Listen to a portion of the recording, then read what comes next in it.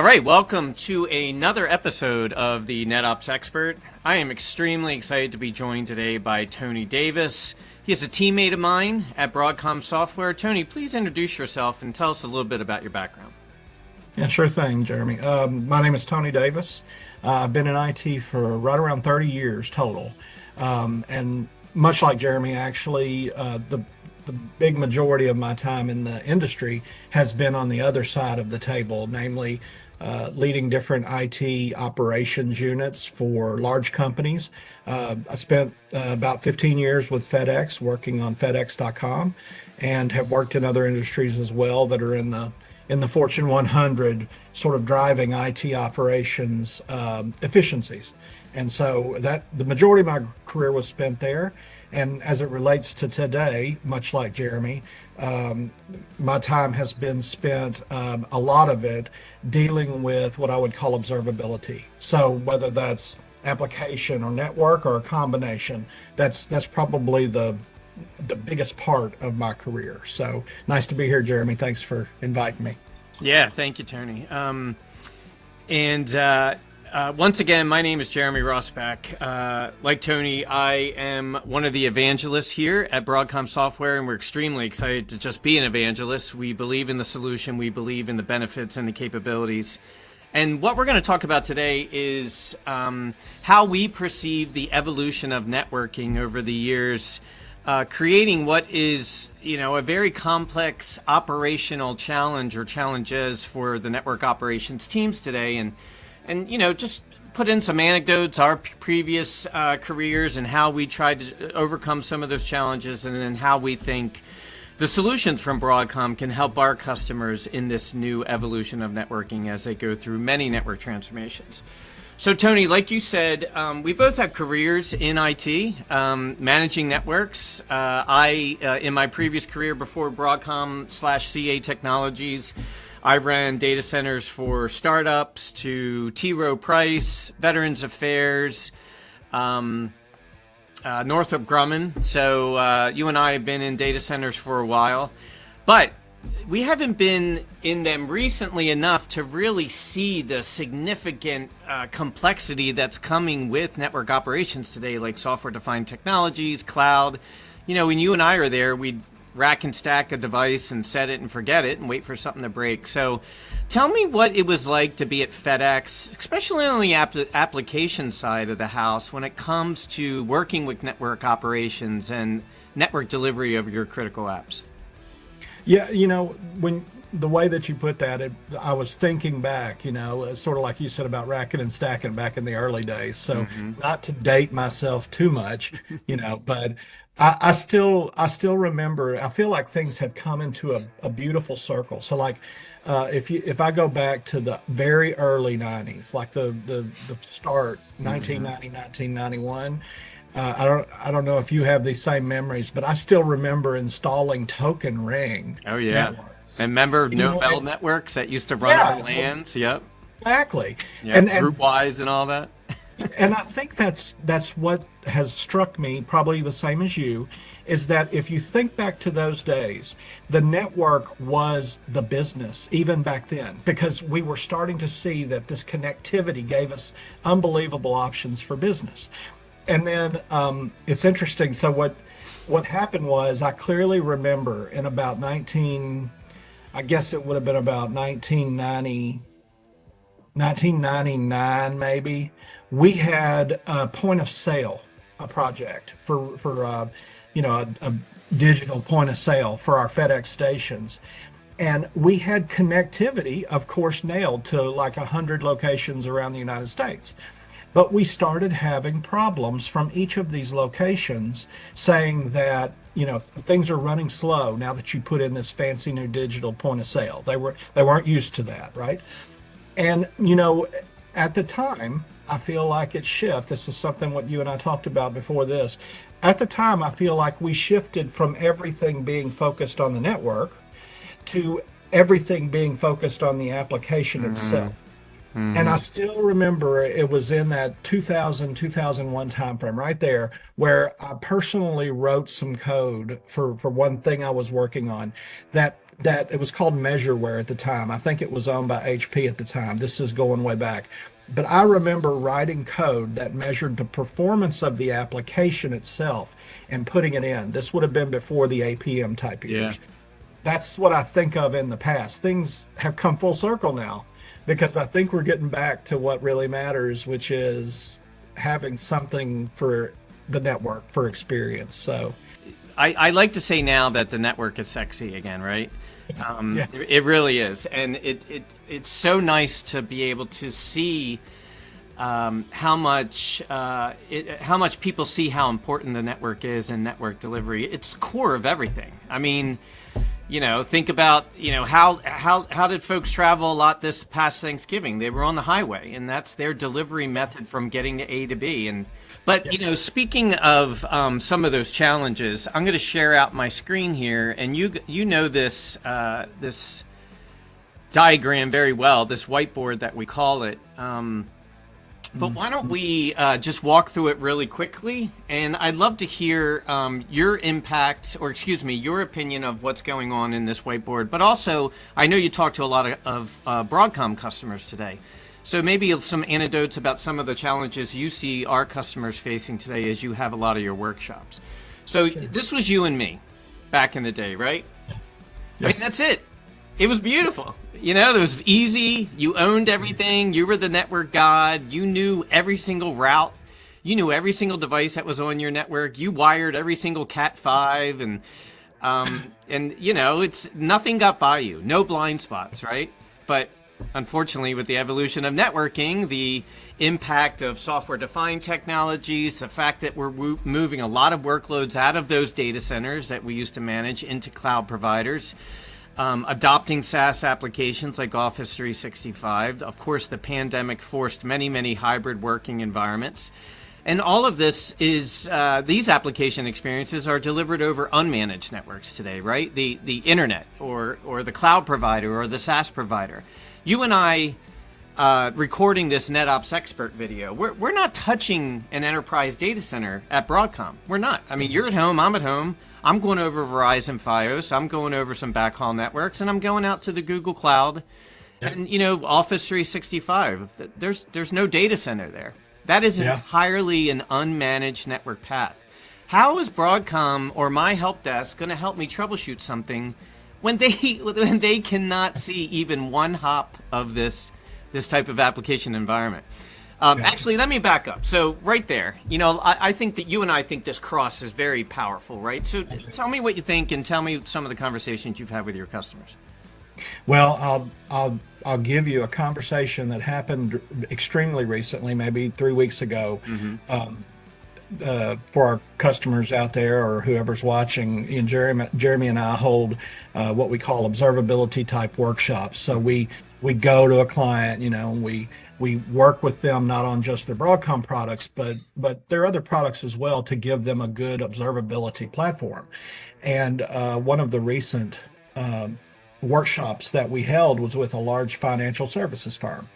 And this firm, it was eye-opening for me because part of the workshop is to get a view of what they see right now. Do they feel like they have great observability right now, especially for their network?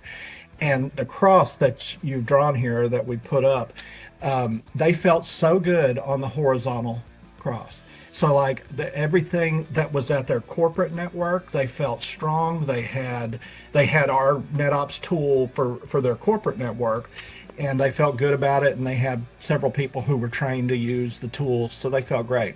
But part of the workshop asks, okay, let's move away from your physical locations and let's talk about, for instance, like either your cloud presence or your SaaS business services and what your network experience is like managing that. And I'll tell you, the look on the faces of there were two managers in there for the network and the cloud space.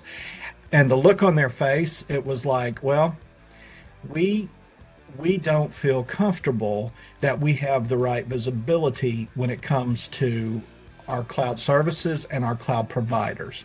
And I thought that was interesting because this is this is a fine company, a large financial services, and they still had questions when we went to the vertical line that you drew right there. So I thought that'd be the best way to answer you is give you that example from a customer from just a Yeah. few weeks ago. I mean, who has the visibility, right? I mean, you and I know before the pandemic, cloud adoption was happening. We were using SaaS, but, you know, the pandemic expedited the visibility challenges that are now inherent in every single network operations teams today. I mean, when you send 90, 95, 100% of your workforce at home, it completely changes the network path of how they access your resources now overnight. Absolutely. So, who has that true visibility right now? So I'm so excited that we can help those customers out there overcome some of these challenges, like, SaaS applications. I was using Slack today, and I was trying to add a bunch of users to a Slack channel, and I didn't want to do it one by one. I wanted to do it via like an email PDL, and couldn't figure out how to do it. And I called our help desk, and they actually said, we can't help you because this is a SaaS application. You have to contact somebody else. And while this isn't a network blind spot, it just proves the challenge of having disparate solutions today that we're consuming without having that true visibility into all of it, right? So network delivery blind spots. Of course, we access SaaS applications via the internet. The internet is one of the biggest network delivery blind spots. SD-WAN, one of the hottest software-defined architectures being deployed today. I'm sure all the customers that you have talked to, including me, are thinking about it or have deployed one or even more SD-WAN technologies out there today. But Tony, did you know that Cisco ACI, which is Cisco's software-defined data center technology, can produce 23,000 events on the network? Yeah. Unless you try to have some type of monitoring tool that can consolidate that, correlate that, reduce the noise. Which one of our customers would want to deal with 23,000 additional events?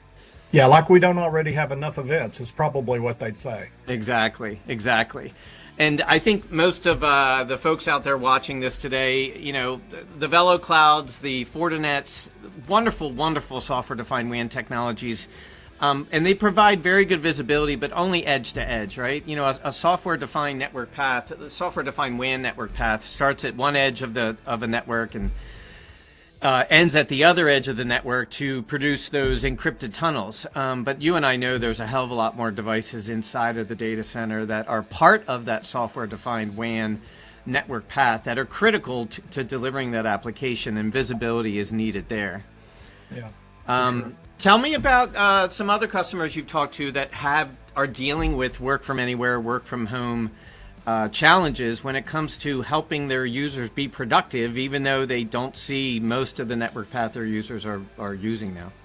Yeah, and I think that's important because you mentioned earlier that the pandemic forced us into certain things, and even myself before I came to Broadcom. I can remember in my previous life from the time when the pandemic started, I can still remember the stress that we went under thinking about all of our employees switching from offices to going home. Yeah. And it started with basic connectivity and security, but to be honest with you, it turned into more of an experience nightmare. So like actually trying to manage and get the connectivity and the security in place, we got through that.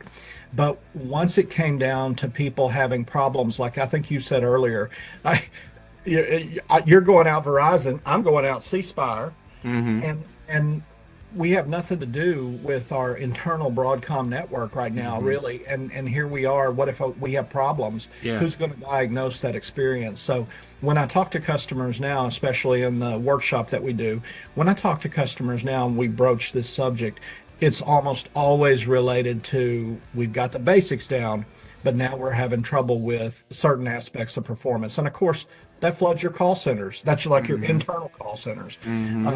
It floods you, and your people have to spend time on that as opposed to maybe what their regular job is. So I hear that in the field. You probably do too. Yeah, and it's funny that you mentioned call centers because you've heard me tell this story 1,000 times, and I may have already even told it on a NetOps expert episode prior to this. But even our call center agents are at home right now, right? So, like I tell this story, my kid, she's 22, have had to replace 3 of her bumpers on her car, and the next time it's going to happen, which I'm sure is going to happen, I don't want her calling our insurance company and speaking to an agent, and that agent have internet issues and can't get to the claims application that is in a SaaS environment.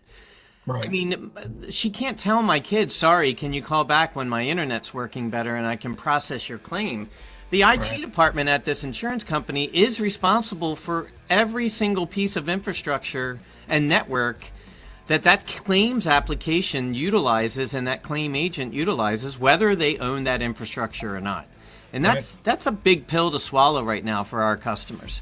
Yeah. Tony, you mentioned security, and I know a lot of our customers are talking about SASE and zero trust, and which is great, but you're talking about funneling all of your users through one point of degradation, which could be an edge security device. And who's to say that edge device, or if it's load balanced with another device, is having issues, utilization issues, right? And of course that's going to impact the user experience. You're going through a device that's pegged at 100% CPU utilization. You have any customers that are looking to SASE or zero trust, and what do those conversations sound like? The most recent one that I had from a couple of months ago, the customer was looking at Cisco Umbrella. Yeah. But which I can certainly understand their point of reasoning. They wanted to get away from VPN. They wanted to, be able to still control certain scenarios that are happening for them a lot. This was an insurance company, but they were getting just absolutely obliterated with phishing. And that actually had even a little bit of an infiltration from a phishing attack. So that's what they were looking at. But to be honest, it's very much like the SD-WAN and the work from anywhere, where the real question here is, I'm losing visibility. Yes, I'm gaining security, but it's to a degree, it's at the sacrifice of the experience.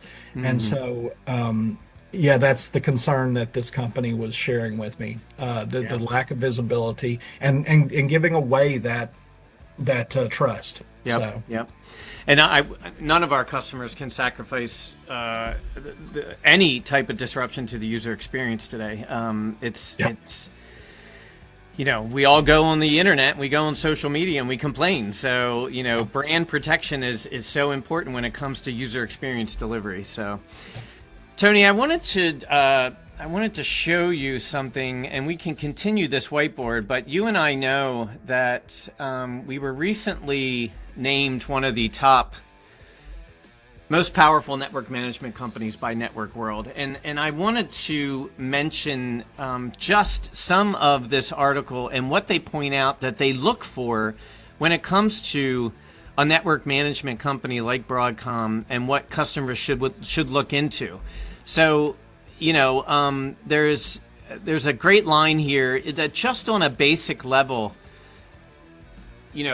network management companies should offer the ability to ingest a ton of data, right? Whether it's logs, whether it's trace routes, whether it's events or other performance metrics that you and I are going to go into to help prevent outages or optimize the network and even optimize it through automation. So, I know you and I know that, what is very powerful about the solution, the network monitoring solutions from Broadcom, is the fact of the amount of data that we collect and the different type of metrics that we collect and how we use that data, and we clean it and we correlate it and we normalize it across dozens and dozens of vendor technologies out there today, because I'm not aware of a data center that is all just one vendor. Are you?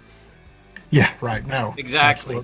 Yeah. So to be able to take all this information and present it in a way that our customers can digest it easily, understand the health and the performance of the entire network path and user experience, whether it's traversing old traditional network gear or crossing over into more software-defined technologies like software-defined data centers, software-defined WAN.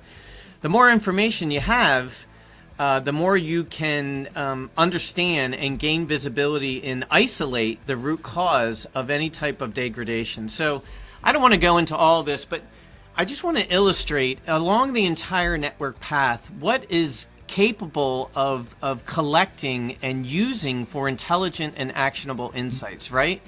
Yeah. You and I are on our laptops. We have a Wi-Fi network in our environment. Who knows if your Wi-Fi network is configured optimally? Right. I mean, I think mine is, but you know, who knows? Who knows if you have some process in the background of your laptop that's using a lot of CPU or memory right now that could be causing maybe you to hear my voice buffering in and out or something. Right. And then there's performance, right? There's underlay and overlay correlation of SD-WAN environments, which is very, you know, some of the most exciting type of use cases we look to tackle with our customers today. And then, of course, network fault and visualization of relationships and dependencies and topology and configs. And then we get into the good stuff, Tony, right? The ability to understand what the performance of network devices are and what it looks like inside of the Verizons or inside of the, you know, the CenturyLinks, and understand that hop by hop diagnostics, or when they make BGP route changes, right? Picking up on that and understanding that a route changes occur and what's the effect on the user experience.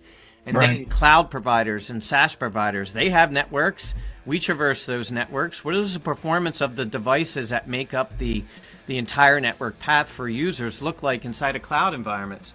And then flow and network synthetics to use to test the network, and active monitoring to isolate root cause of any hop in the new user experience path.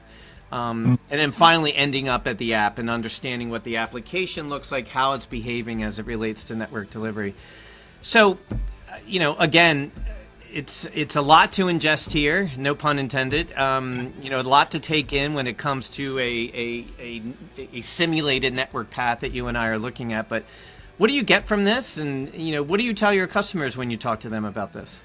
Well, it's a big deal. What you're showing is a big deal to me personally, just from my own past experience, right? Because, you know, just like you, I mean, I can look at everything that you're showing along this path and pick out the things that for me personally have been critical to know, but it's always been through a different set of tools. And then the real brain analytics or whatever, you know, our teams would have to look through all of this and sort of put together what you've said. So the real power is when you bring this together and, like you said earlier, clean it. You know, that's a big deal in the real world, is not just to have tons of data, but to have it clean. So I'm going to answer you a little bit with another comment from a customer, another financial services customer out in California. And this one said, I thought this was really astute. The VP that came to the first workshop said, we have tons of rich data. We collect so much data, it's unimaginable. But what we don't do well is bring the right parts of that data together to give us what you call observability, thus our observability workshop, right? And so through the course of going through the workshop, I kept that in mind, is that this person had said, we've got the data. We just don't have it coming together to give us what we would call observability. And so when I look at this, I just think about, you know, the products that we do have that you and I sort of evangelize about, and how we're able to finally bring everything together and do it right. I mean, heck, I mean, I can go back, to be honest with you, I can go back 10, 15 years and think of different promises made out in the vendor world, right? Of how I can bring everything together and it'll all make sense and you don't have to do any work, Mr. IT Director. Well, if you're like me, I found out that was not true. I'll just put it that way. But now to see it in action is exciting. And I think our customers feel the way, the ones that, you know, when we do these observability workshops and we show how we can do this, it's actually exciting. Yeah, I want to bring up 2 points. One is you mentioned about collecting the data and a customer that does collect a lot of data. I mean, network management, network monitoring's been around for decades. We know how to collect data. Yep. But what's the difference between network monitoring and network observability is what are you doing with that data? Yep. And then how quickly are you surfacing that information to the appropriate teams and surfacing the root cause so with minimal effort they can resolve an issue and move on to the next critical user experience issue. It's all about it's not about what you're collecting, it's what you're doing with what you've collected, those actionable insights. And I want to mention something else because I know I was recently told of a customer success story here. If you look at this simulated network path, you could have dozens of tools in each area collecting it, one for performance, one for fault, one for ISP visibility, one for local host metrics, APM. I know recently one of the customers that adopted the solution from us, they were able to reduce and retire 36 other redundant monitoring tools. I mean, what does that do for triage times? I can't imagine the amount of hours you spend in 36 different tools trying to isolate an issue when you have one tool doing it for you quickly. So another example of, the amount of data collected, what you do with that data to provide actionable insights, the tools reduction when you unify all this data into one solution. Exciting times for network operations today. Yeah, and I think from just hearing you say that, it makes me think to what you said earlier, which I thought was cool, where you said, hey, this past holiday, how did the majority of people go get around and everything? Well, it was mostly using the interstate or freeway system, right? Or to some extent rail networks. But if you think about that freeway system, that's sort of to me like the network, right? So it's all those paths and people moving around for vacation. And back when you started this conversation, and I said, hey, you remember when it was token ring and we were racking and stacking? And I said, the network was the focus then. So to me, that interstate system started off as being the focus. But if you would have asked the Corps of Engineers or whoever built the interstate system, well, what's the experience of the people driving in their cars on that interstate system? They would probably tell you, well, I don't really know or care about that. I'm just here to put the streets down, the freeways down. But your last bullet on the screen right now shows user experience mixed in with our NetOps portfolio. Mm-hmm. And the reason that's so powerful and why I think you said the network is sexy again, and I agree, it's like we've come back around from just app focused experience. Now it's NetOps with experience, and now it's almost as if you could ask the Corps of Engineers, can you tell me the experience of every car that's driving on your fancy interstate system? And now they would say, yes, we can. Yes. That's exciting. Yep, that is very exciting. It's a great time to be in network operations today. It's a great time to do what you and I are doing, which is just evangelizing the capabilities and benefits of bringing technology together to help solve some of these challenges. You and I can geek out about this all day, but Tony, I just wanted to thank you for your time. I know you and I will be in Vegas next week at the Gartner IOCS show talking exactly about this end-to-end visibility. It's going to be a fun time. I know we're going to have a good time at the craps table too. Looking forward to that. But again, Tony, appreciate your time today. Yes, this has been awesome, Jeremy. Thank you for having me. Of course. And I invite everyone to join us for the next episode of the NetOps Expert.